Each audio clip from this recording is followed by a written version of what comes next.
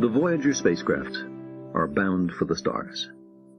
They're on escape trajectories from the solar system, barreling along at almost 1 million miles a day. The gravitational fields of Jupiter, Saturn, Uranus, and Neptune have flung them at such high speeds that they've broken the bonds that once tied them to the sun. Have they left the solar system yet?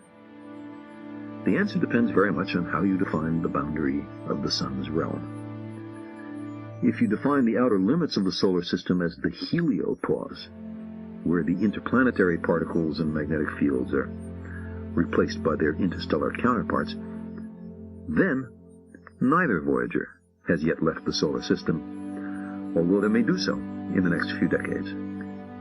But if your definition of the edge of the solar system is the distance at which our star can no longer hold worlds in orbit around it, then the Voyagers will not leave the solar system for hundreds of centuries.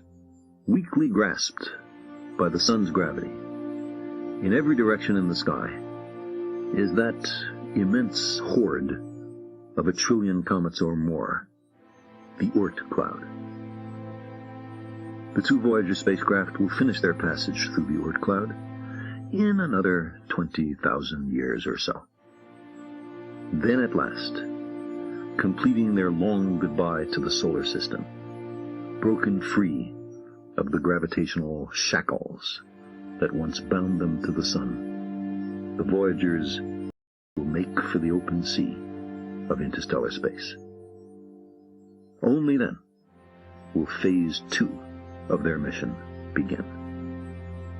Their radio transmitters long dead, the spacecraft will wander for ages in the calm, cold, interstellar blackness, where there is almost nothing to erode them. Once out of the solar system, they will remain intact for 1 billion years or more as they circumnavigate the center of the Milky Way galaxy. We do not know whether there are other spacefaring civilizations in the Milky Way. If they do exist, we don't know how abundant they are, much less where they are. But there is at least a chance that sometime in the remote future, one of the Voyagers will be intercepted and examined by an alien craft. Accordingly, as each Voyager left Earth for the planets and the stars, it carried with it a golden phonograph record encased in a golden mirrored jacket, containing, among other things, greetings in 59 human languages. Hello from the children of planet Earth. And 1 whale language. A 12-minute sound essay, including a kiss, a baby's cry, and an EEG record of the meditations of a young woman in love. 116 encoded pictures on our science, our civilization, and ourselves. And 90 minutes of the Earth's greatest hits.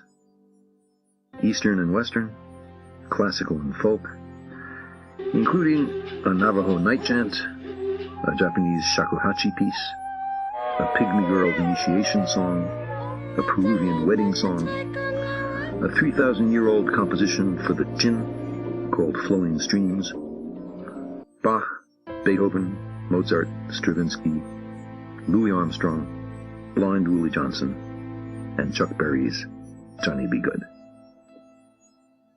Space is nearly empty. There's virtually no chance that one of the Voyagers will ever enter another solar system. And this is true even if every star in the sky is accompanied by planets. The instructions on the record jackets, written in what we believe to be readily comprehensible scientific hieroglyphics, can be read, and the contents of the records understood.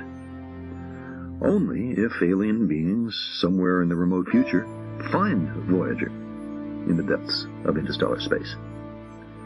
Since both Voyagers will circle the center of the Milky Way galaxy essentially forever, there's plenty of time for the records to be found, if there's anyone out there to do the finding. We can't know how much of the records they would understand. Surely the greetings would be incomprehensible, but their intent may not be. We thought it would be impolite not to say hello. The hypothetical aliens are bound to be very different from us, since they're independently evolved in another world. Are we really sure they could understand anything at all of our message? Every time I feel these concerns stirring, though, I reassure myself.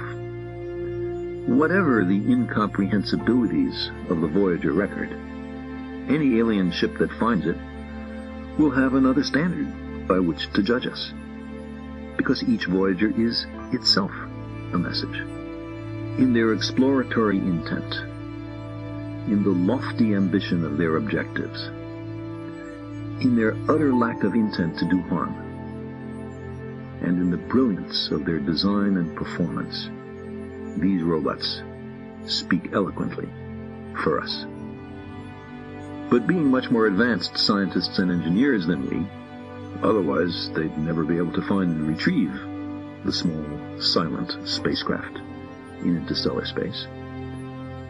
Perhaps the aliens would have no difficulty understanding what is encoded on these golden records.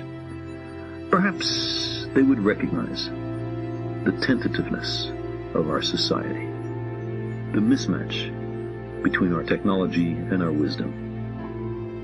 Have we destroyed ourselves since launching Voyager, they might wonder? Or have we gone on to greater things? Or perhaps the records will never be intercepted.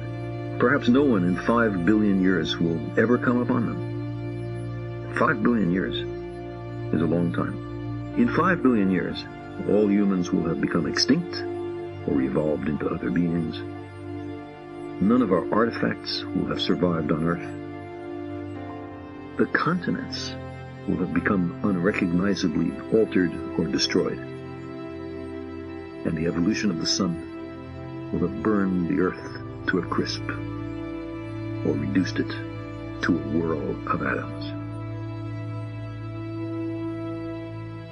And far from home, untouched by these remote events, the Voyagers, bearing the memories of a world that is no more, will fly on.